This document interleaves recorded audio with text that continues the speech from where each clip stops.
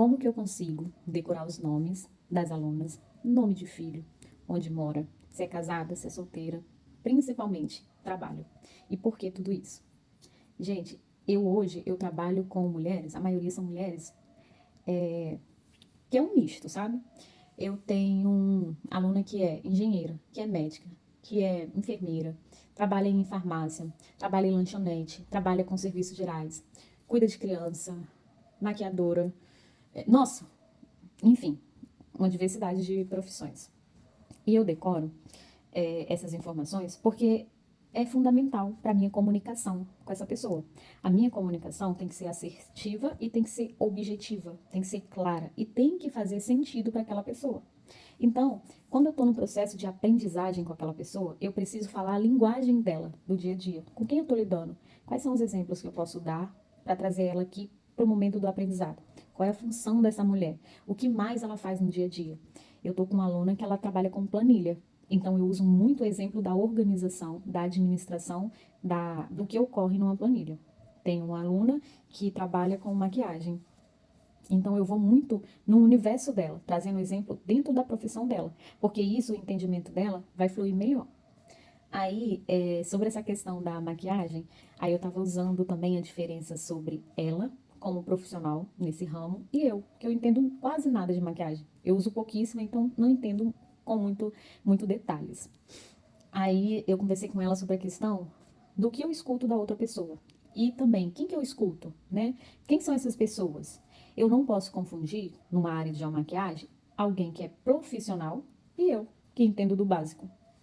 Mas no trânsito tem semelhança também. Eu não posso confundir um motorista de um profissional. Quem sabe dirigir não quer dizer que sabe ensinar. Por quê? Quando eu estou com uma aluna, eu não estou como motorista a Luane. Eu não estou criando cópia. Eu não estou colocando uma pessoa para fazer do jeito que eu faço. Eu estou em um processo que envolve regulação emocional, educação emocional e aprimoramento da técnica. Então, para isso tudo, eu preciso que o corpo dessa pessoa consiga relaxar. E entre essa pessoa aprender a se desenvolver, a relaxar e dirigir, ou seguir um passo a passo para me copiar, se eu boto ela simplesmente para copiar como eu faço, eu boto ela sob estresse. E o meu trabalho ele vai contra isso. É justamente a questão da pessoa se perceber da forma que funciona para ela. Então, quando eu pego uma pessoa que sabe dirigir, ela não vai ter a metodologia e a neutralidade que é necessária. Porque ensinar um habilitado a se desenvolver no trânsito, a gente está falando de autoconhecimento, de regulação emocional.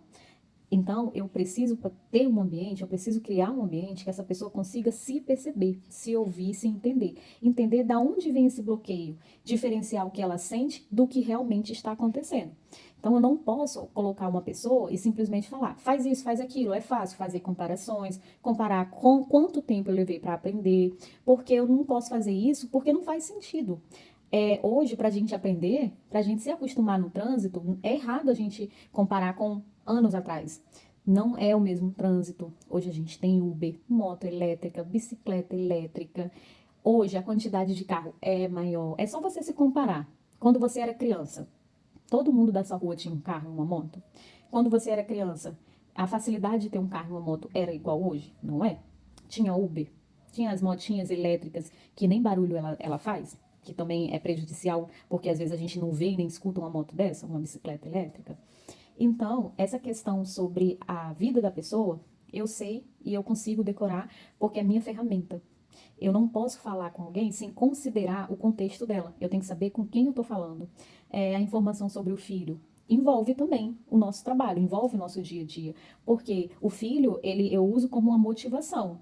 Porque eu sei que aquela aluna, ela quer e ela precisa muito para levar o filho no trabalho, levar o filho na escola, ter uma autonomia que envolva o filho, né? E eu também sou mãe, eu sei da importância que isso é. Então, rotina de trabalho. A aula ela é justamente no trajeto daquela pessoa, porque é uma aula personalizada. E com isso eu gosto e eu ganho muito, porque acabo conhecendo várias histórias. E cada uma me apresenta um motivo diferente para o trânsito, a necessidade diferente para estar ali dirigindo.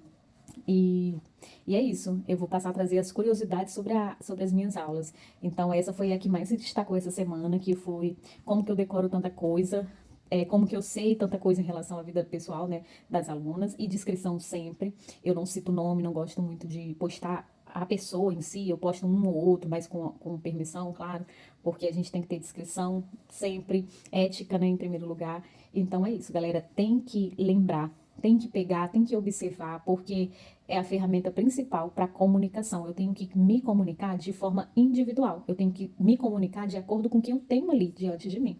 A história daquela pessoa, o contexto daquela pessoa, então envolve todas essas informações e mais um pouco.